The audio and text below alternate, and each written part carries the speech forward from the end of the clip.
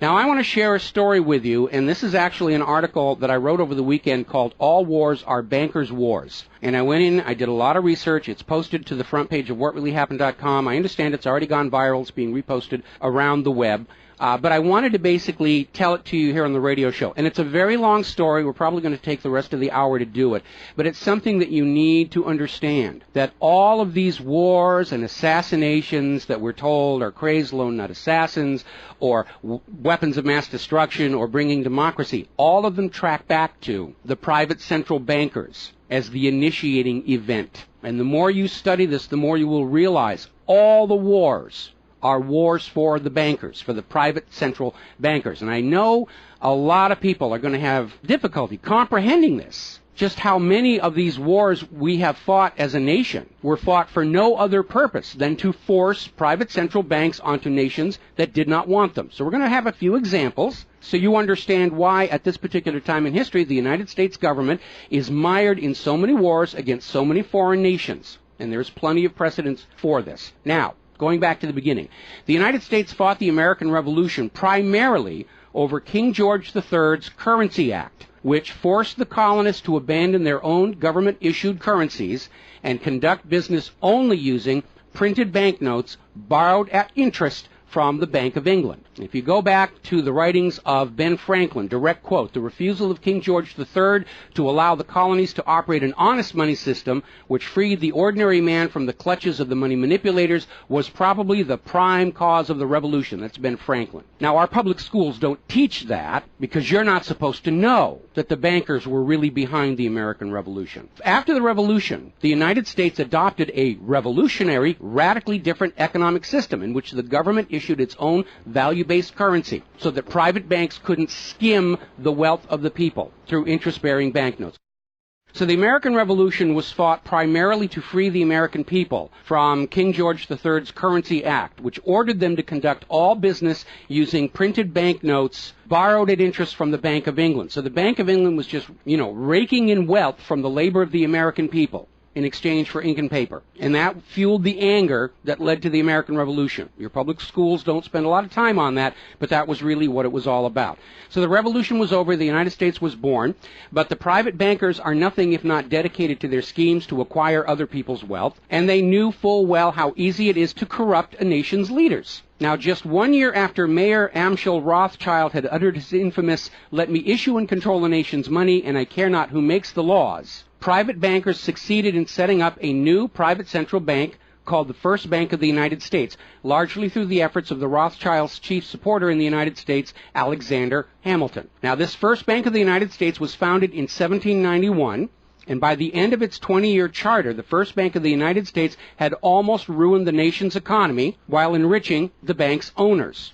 As a result, Congress refused to renew the charter and signaled their intention to go back to a state-issued, value-based currency on which the people paid no interest at all to any banker. This resulted in a threat from Nathan Mayer Rothschild against the U.S. government. Quote, "Either the application for renewal of the charter is granted, or the United States will find itself involved in a most disastrous war." End quote. Congress still refused to renew the charter for the First Bank of the United States, whereupon Nathan Mayer Rothschild railed, quote, "Teach those impudent Americans a lesson. Bring them back to colonial status." End quote. Financed by the Rothschild-controlled Bank of England, Britain then launched the War of 1812 to recolonize the United States and force them back into the slavery of the Bank of England's banknotes, or to plunge the United States into so much debt they would be forced to accept a new private central bank. And the plan worked.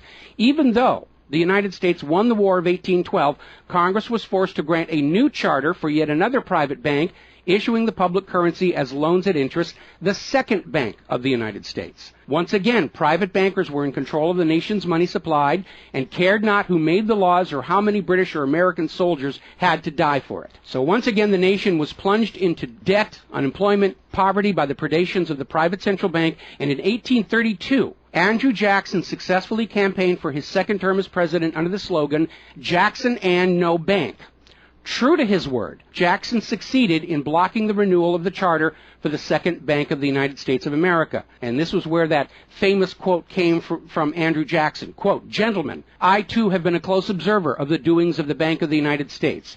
I have had men watching you for a long time, and I am convinced that you've used the funds of the banks to speculate in the breadstuffs of the country. When you won, you divided the profits amongst you, and when you lost, you charged it to the bank. You tell me that if I take the deposits from the bank and annul the charter, I shall ruin 10,000 families. That may be true, gentlemen, but that is your sin. Should I let you go on, you will ruin 50,000 families, and that would be my sin. You are a den of vipers and thieves. I've determined to rout you out, and by the eternal God, I will rout you out. End quote. Andrew Jackson. Shortly after the charter for the Second Bank of the United States expired, there was an assassination attempt on Andrew Jackson, and it failed when both pistols used by the assassin, Richard Lawrence, failed to fire. Later on, Lawrence explained the motive for the assassination by saying that with President Jackson dead, money would be more plenty. So it was an assassination motivated by the interests of the bankers.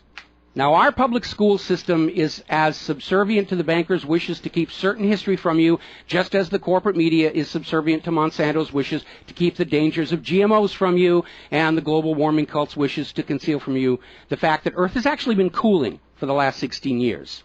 So it should probably be no surprise that the financial dimension of the Civil War are not well known to the average American. It's portrayed in our history books and our popular media as an internal dispute over slavery, but in fact it was a war with global implications.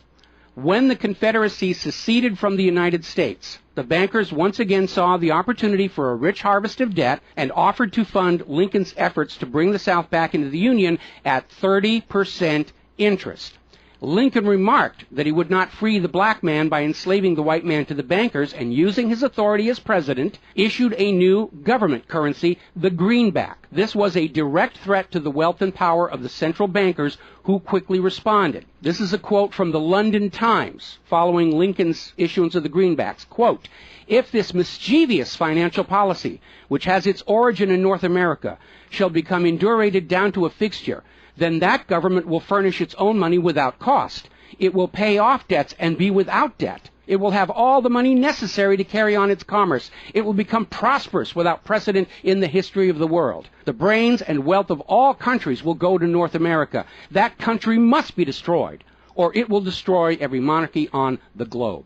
So, goaded by the private bankers, much of Europe supported the Confederacy against the Union, with the expectation that victory over Lincoln would mean the end of the greenback. France and Britain seriously considered an outright invasion on the United States in support of the Confederacy, but they were held at bay by Russia. A little bit of history most Americans don't understand. Russia came to the aid of Lincoln's Union during this crisis. Now, at that time, Russia had just ended their serfdom system, and they had a state central bank similar to the system the United States had been founded on. Now, free of European intervention, the Union won the war, and Lincoln announced his intention to go on issuing the greenbacks. Following Lincoln's assassination, the greenbacks were pulled from circulation, and the American people forced to go back to an economy based on banknotes borrowed at interest from the private bankers.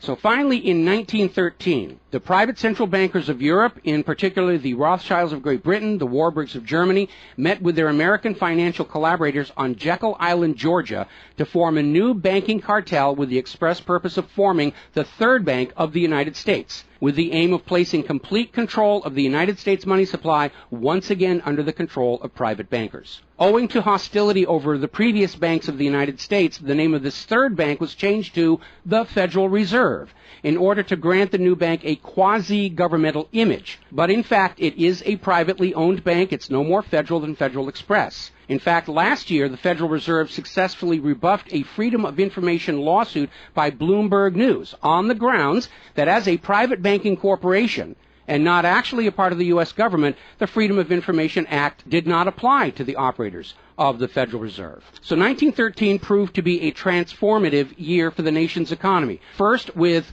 Congress' passage of the 16th Income Tax Amendment and the false claim it had been ratified. Here's another direct quote. "I think if you were to go back and try and find and review the ratification for the 16th Amendment, which was the internal revenue, the income tax, I think if you went back and examined that carefully, you would find that a sufficient number of states never ratified that amendment," end quote. That's U.S. District Court Judge James C. Fox in Sullivan versus United States, 2003. Later that same year, 1913, and apparently unwilling to risk another questionable amendment, Congress passed the Federal Reserve Act over the Christmas holiday in 1913, while members of Congress opposed to the measure were at home. This was a very underhanded deal, as the Constitution explicitly vests Congress with the authority to issue the public currency, does not authorize its delegation, and thus would have required a new amendment to transfer that authority to a private bank. But pass it, Congress did, and President Woodrow Wilson signed it as he promised the bankers he would in exchange for generous campaign contributions. Now, President Wilson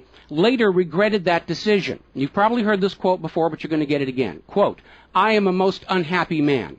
I have unwittingly ruined my country. A great industrial nation is now controlled by its system of credit. We are no longer a government by free opinion, no longer a government by conviction and the vote of the majority, but a government by the opinion and duress of a small group of dominant men." That was Woodrow Wilson writing in 1919.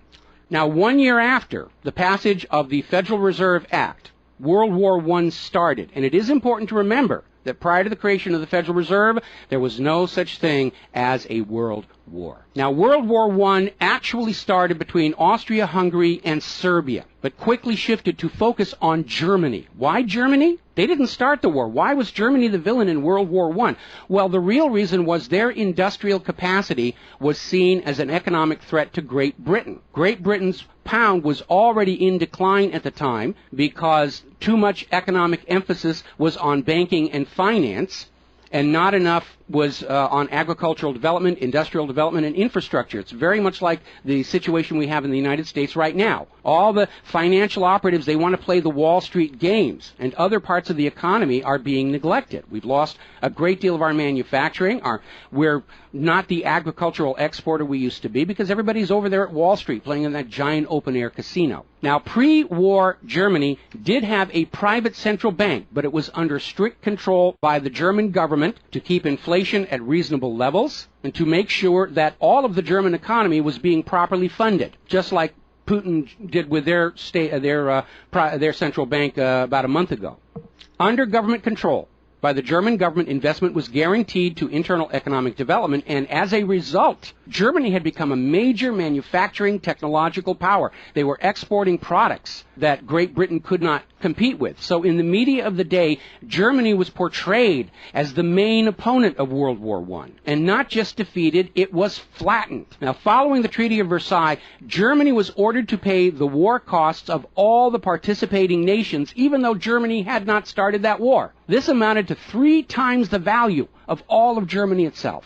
Germany's private central bank, to which the German government had gone deeply into debt to pay the cost of the wars, was allowed to break free of government control. That led to the massive inflation of the Weimar Republic, followed, permanently trapping the German people in endless debt. And money speculators were running rampant, and it led to these situations where you had literally a whole basket full of paper notes to get a loaf of bread. Now, when the Weimar Republic collapsed economically, it opened the door for the National Socialists to take power.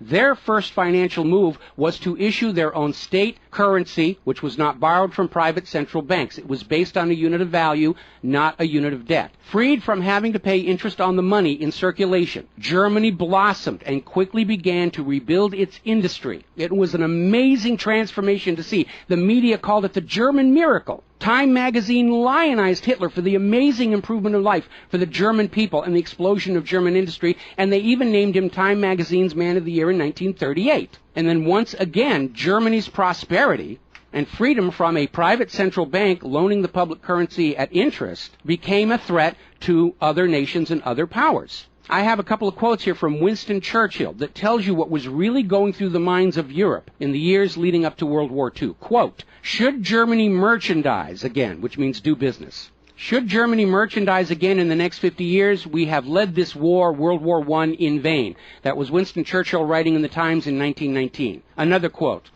"We will force this war upon Hitler if he wants it or not," end quote. Winston Churchill in a 1936 radio broadcast. Quote, "Germany becomes too powerful. We have to crush it," end quote. Winston Churchill in November 1936 speaking to U.S. General Robert Wood.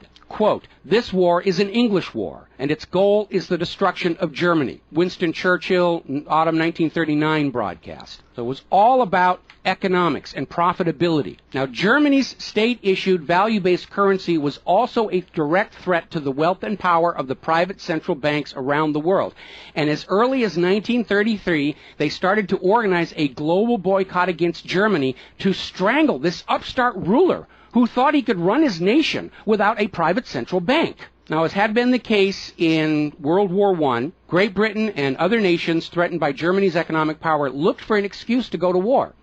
And as public anger in Germany grew over the boycott, Hitler foolishly gave them that excuse. Years later, in a spirit of candor, the real reasons for the war were made clear. Quote, "The war wasn't only about abolishing fascism, but to conquer sales markets. We could have, if we had intended so, prevented this war from breaking out without doing one shot, but we didn't want to." End quote. Winston Churchill to Harry Truman, March 1946. One more quote here.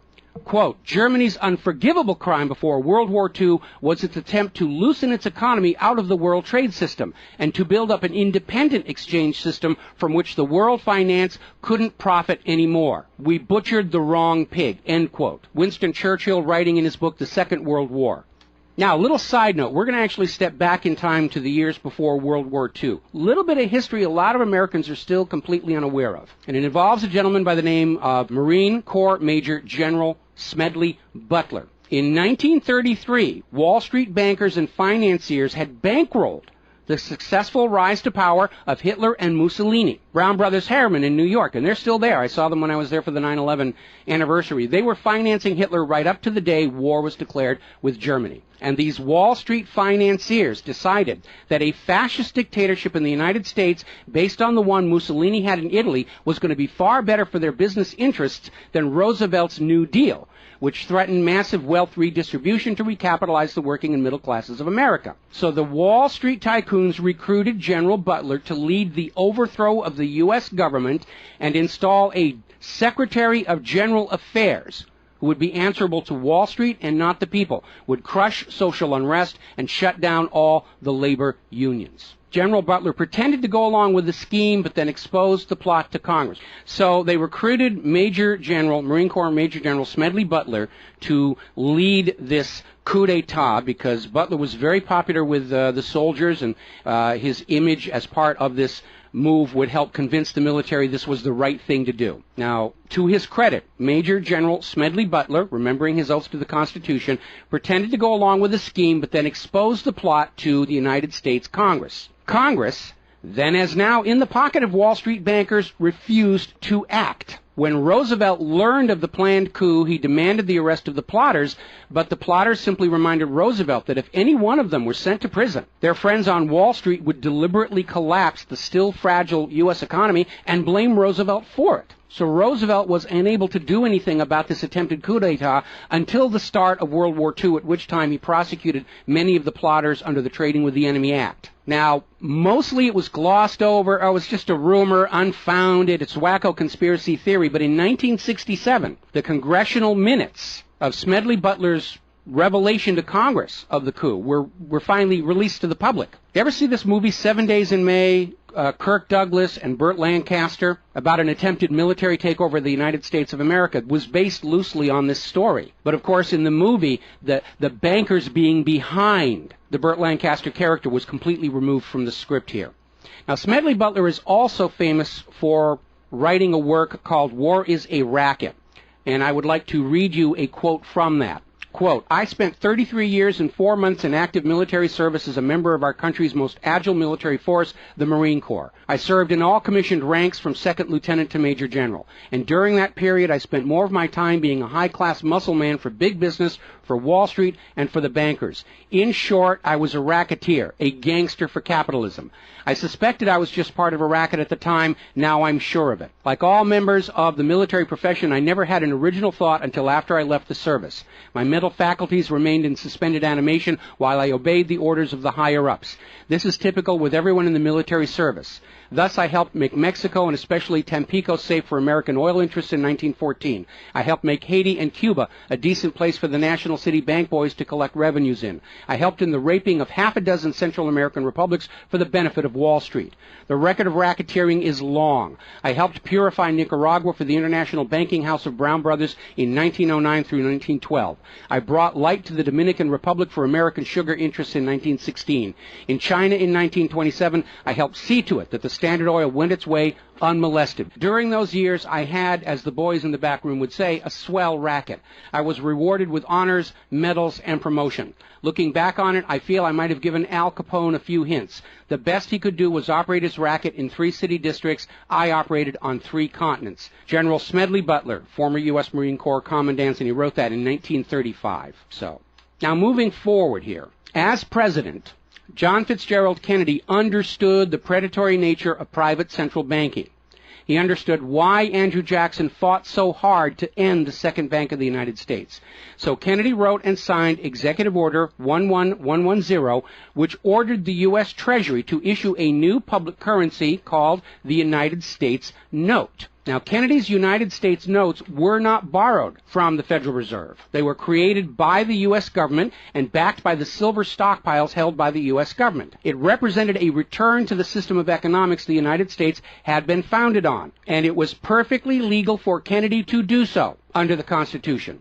All told, some $4.5 billion went into the public circulation, which eroded interest payments to the Federal Reserve and loosened their control over the nation. 5 months after signing Executive Order 11110, John F. Kennedy was assassinated in Dallas, Texas, and the United States notes pulled from circulation and destroyed. Following Kennedy's assassination, John J. McCloy, president of the Chase Manhattan Bank and president of the World Bank, was named to the Warren Commission. Now, I don't care how good a banker he is, he's not qualified to be investigating a murder, which is what we were told the Warren Commission was all about, to get the truth of the assassination. But we all know that the Warren Commission was there to cover up what was going on, and obviously we can presume safely that John J. McCloy's presence on the Warren Commission was to make sure the American public never got even a hint of the financial dimensions behind the assassination. So, as we enter the 11th year of what I am certain future history will most certainly describe as World War III, we need to examine the financial dimensions behind all these wars. Why are we here? Why are our children being killed and crippled? Is this another war for the profit of the private central bankers? And the answer is yes. Now, toward the end of World War II, when it became obvious that the Allies were going to win and dictate the post-war political environment, the major world economic powers met at Bretton Woods, a luxury resort in New Hampshire, in July of 1944, and they hammered out the Bretton Woods Agreement for International Finance. The British pound lost its position as the global trade and reserve currency to the U.S. dollar. There are indications this was part of the price demanded by Roosevelt in exchange for the U.S. entry into the war. Now, absent the economic advantages of being the world's go-to currency, Britain was forced to nationalize their Bank of England in 1946.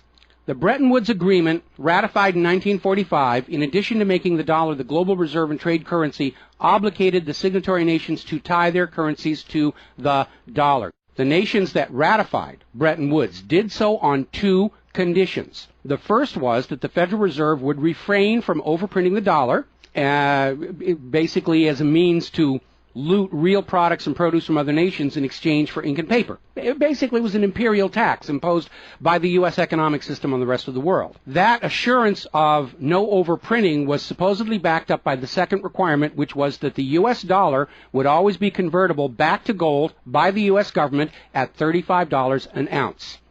Now, of course, the Federal Reserve, being a private bank and not answerable to the U.S. government, did in fact start overprinting paper dollars, which were sent to other nations around the world, and under Bretton Woods, they had to send back products and produce and raw materials at full value. And much of the perceived American prosperity of the 1950s and 60s was the result of these foreign nations having to send real raw materials, goods, produce, back to the United States in exchange for these little pieces of paper with ink all over them, because they were forced to accept these paper notes as being worth $35 per ounce of gold. Then in 1970, France started looking at this huge pile of printed paper notes sitting in their bank vaults, for which real French products like wine and cheese had been traded, and it notified the United States government that they would exercise their option under Bretton Woods to return all those paper notes for gold at the agreed-upon $35 per ounce exchange rate. The problem was the United States had nowhere near the gold to redeem all those paper notes. So on August 15, 1971, Richard Nixon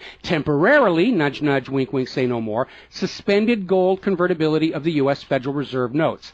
This Nixon shock, as it was termed at the time, effectively ended Bretton Woods, and many global currencies started to delink from the U.S. dollar. And it created another problem, because the United States had been collateralizing their loans, money borrowed from other governments and foreign investors, with the American nation's gold reserves. And with the awareness that there wasn't enough gold to redeem all the Federal Reserve notes, lenders to the U.S. were starting to wonder, did the U.S. government have enough gold to collateralize their outstanding debts? Foreign nations began to get very nervous about the loans to the United States, and they were understandably reluctant to loan any additional money without some form of collateral. So what Richard Nixon did is he founded the environmental movement with the EPA and its various programs like wilderness zones and roadless areas and heritage rivers, wetlands, and all these other little different programs, which all took vast areas of public lands and made them off limits to the American people, who are technically the owner of all those lands. But Nixon had no concern for the environment, and the real purpose of this land grab, under the guise of the environment, was to pledge those pristine lands and their vast mineral resources as collateral on the outstanding national debt. The multitude of all these different programs was simply to conceal the scale of the land grab and collateralization of the American people's heritage. And it actually today covers almost 25% of the entire nation, is now locked up by these EPA programs and pledged as collateral on government borrowing. Now, with open lands, available lands for collateralization already in short supply, the U.S. government embarked on a new program to shore up sagging international demand for the dollar.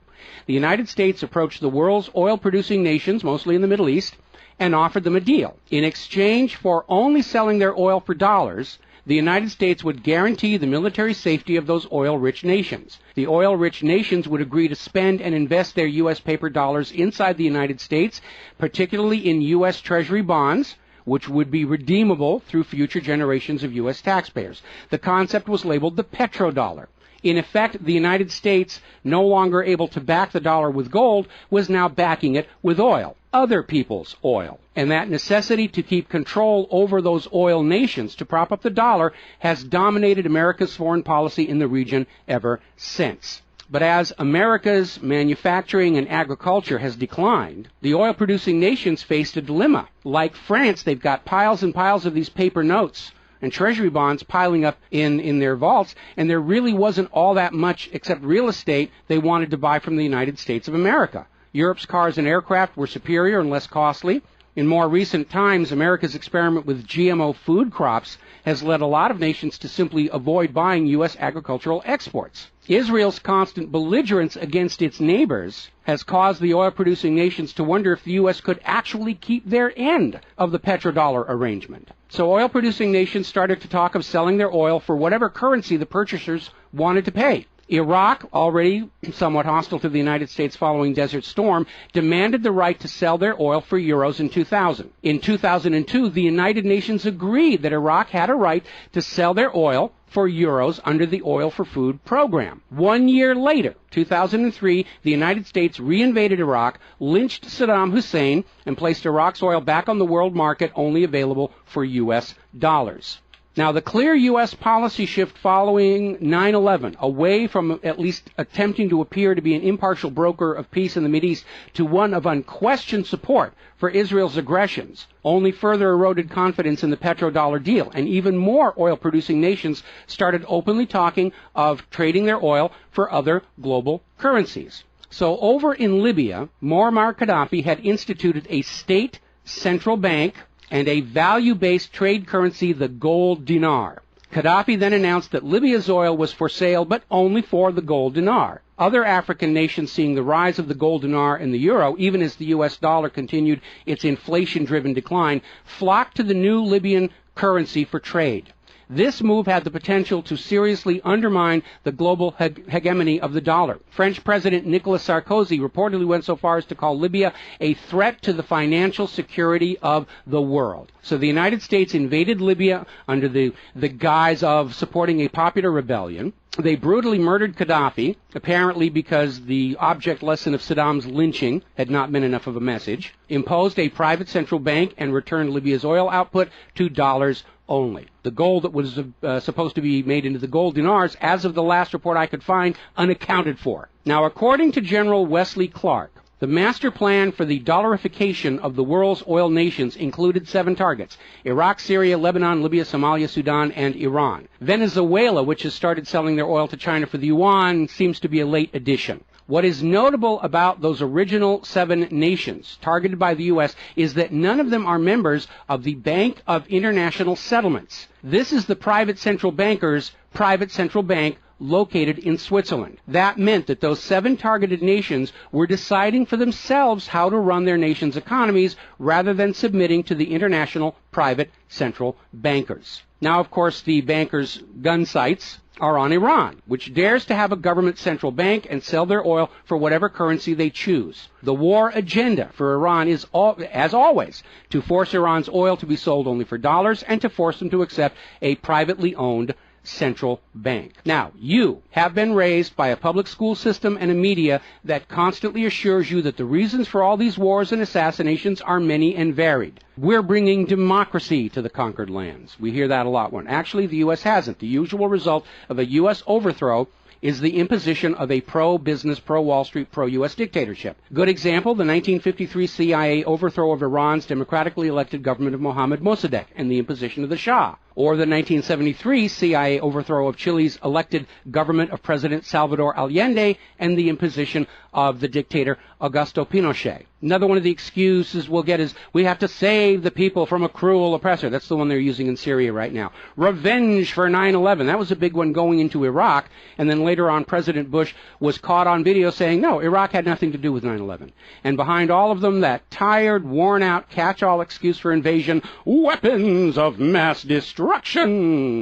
Assassinations are always passed off as crazed lone nuts to obscure the real agenda. And the real agenda of the bankers is very simple. It is enslavement of the people by creation of a false sense of obligation. Now, that obligation is false because the private central banking system by design creates more debt than money with which to pay the debt. There is no way out the way it's set up. It's impossible to escape as long as you're playing by their rules. And you need to understand, private central banking is not science. It is a religion. It's a set of arbitrary rules created to benefit the priesthood, meaning the bankers, and it is supported only because people believe this is the way it's supposed to be.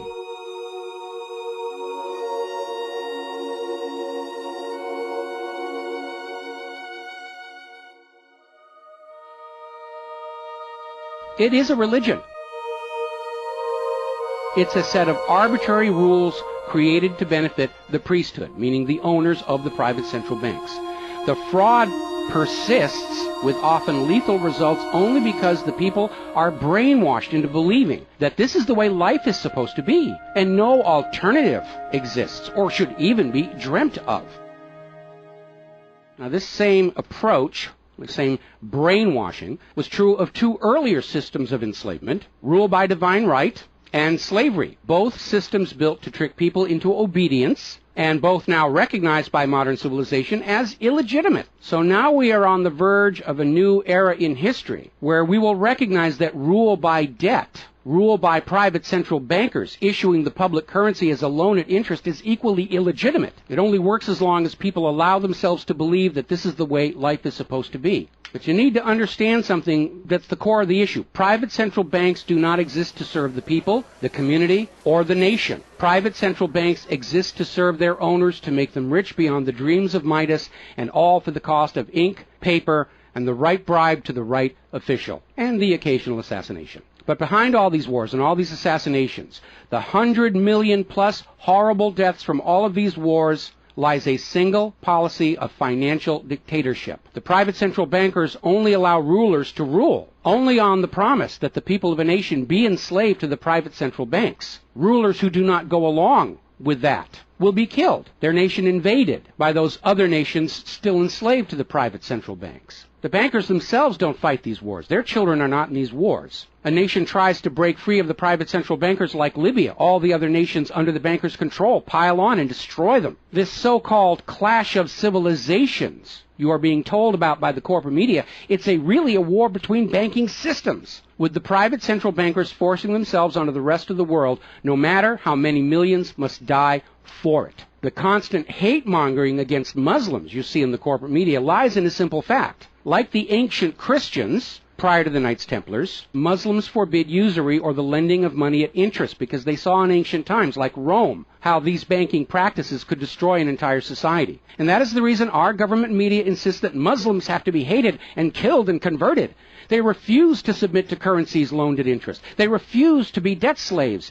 That makes them a threat to the natural order of the world, the new world order of global fascist dictatorship. So, off to war your children must go to spill their blood for the money junkies' gold. We barely survived the last 2 world wars. Now we're going into the third one in the nuclear bioweapon age. That is very dangerous. We have to ask ourselves, are the private central bankers willing to risk incinerating the whole planet to feed their greed? Apparently so. You as parents, as siblings, as spouses, need to ask yourself, do you really want to see your loved ones in uniform, killed and crippled, all for a bank balance sheet? But the whole point of this article, the whole point of what I'm sharing with you today, and this is all history, you can go out and hunt it down for yourself. Behind all the flag waving, behind all the propaganda, behind the crazed lone nut assassins, weapons of mass destruction, all of the modern wars this nation have fought are wars by and for the private bankers, fought and bled for by third parties unaware of the true reason they're expected to gracefully accept being killed and crippled for. And the process is quite simple. We've explained it before on this show. As soon as the private central bank issues its currency as a loan at interest,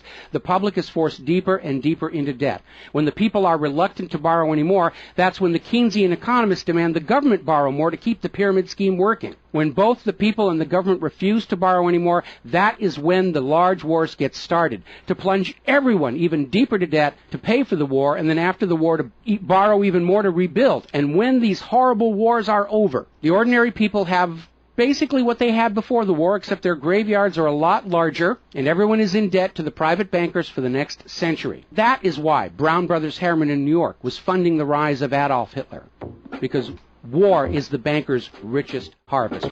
We all need to recognize this is what all these wars have been about. Private central banking, enlarging their domain, imposing their will on nations that do not want it, imposing their system on the rulers of nations who do not want it. Bribery, blackmail, assassination, they will do anything to maintain their stranglehold on the productivity of the world's people. And as long as private central banks are allowed to exist, inevitably, as the night follows the day, there will be poverty, hopelessness, millions of deaths in endless world wars until the earth itself is sacrificed in flames to Mammon. The path to true world peace lies in the abolishment of all private central banking everywhere, and a return to the state-issued, value-based currencies that allow nations and people to become prosperous through their own labor and development and efforts. Now, I mentioned the Knights Templars.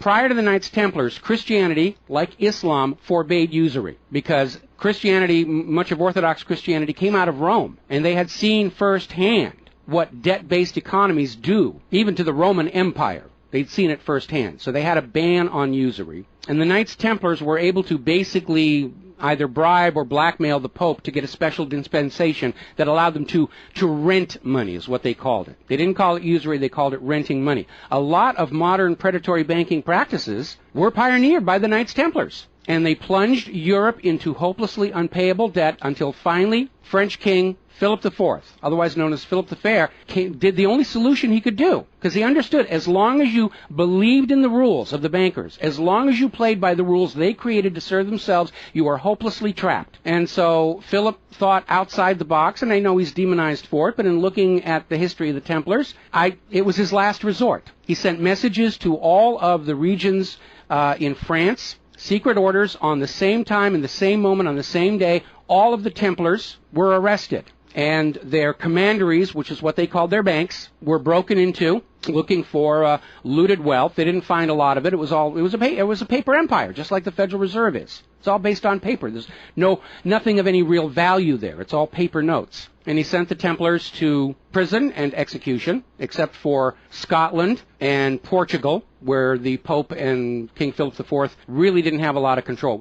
I think that the governments of the world, looking at the situation, looking how close we are to seeing this current world conflict emerge into a full-blown global thermonuclear war, that maybe they need to start thinking about the wisdom of King Philip the Fair and say it's time to simply grab all these private central bankers all at the same time so they can't simply skedaddle from one nation to another and come back and try the same thing again, as they will inevitably do, because these people are addicts. They're hopelessly addicted to other people's money. It's why we call them money junkies. When we see somebody who's addicted to cocaine or methamphetamine or heroin, and we can easily see how they're destroying their home and community around them. Now we need to look at these money addicts and look at how they're destroying the entire world around them. And it's time for an intervention. It's time for us to become private central banking heretics, to stop believing that this is the way life is supposed to be, because it isn't. It isn't even the way the United States was actually started. And they're trying as hard. Look at the destruction of our nation. We used to be the world's greatest nation. Now the most generous estimate is we're down to number 16 and still falling. And yet, despite the destruction to our nation, its infrastructure, its children, its quality of medical care, the quality of its manufacturing output, we still are compelled somehow to go out and force this same banking system onto the rest of the world at the point of a bayonet. Does that make any sense at all? Not to a rational human being. To a money junkie, yeah, it's perfect. But we're really at a crisis point in history. And the first step to resolving that crisis, to not let it go any further into a potential nuclear war, is to recognize that private central banking, ruled by manufactured illusion of debt, is no more legitimate a system of governance than rule by divine right or rule by slavery. We all need to recognize the true cause of all the pain and suffering and wars. It's not the terrorists, it's not Al-Qaeda. These are just distractions and set pieces put in front of your eyes so you can't see the very clear pattern behind much of modern human history. It's a war of banking systems, with the predatory private central banks seeking to eradicate any nation and any ruler that would dare try and operate their economy outside the control of the private central bankers. That's the real cause for the war. Is it something you're willing to fight and die for, to support these private central bankers? Is it something you're willing to let your sons and daughters and brothers and sisters be blown to bloody bits for, so the money junkies can have their latest fix, just a little tiny bit more gold or a little larger number on the bottom of that brokerage statement, so they can have today's thrill, their fix of money that is bought with the blood of your children? I don't think so. But the time has come to point out what really is the cause of all causes behind all the wars and suffering that our planet is having to endure and our people are having to endure. The common enemy of all humankind are private central banks issuing the public currency as a loan at interest. And as history will show, they will do anything, up to and including global wars, to keep their lock on yours and your children's future economic well-being and productivity. We're not a free society. Media will tell us that we're free, but we're not free. We are slaves. Our slave chains are made of paper, and that paper is the Federal Reserve note. Too few of our leaders have tried to stand up to this system of enslavement, usually with lethal results. But if all the people of the world at the same time stand up and say no more private central banks, it will come crashing down, just as slavery did, just as rule by divine right did, and then we'll be embarking on a new era in human history, where the emphasis on social development is on the people and not on the money junkies.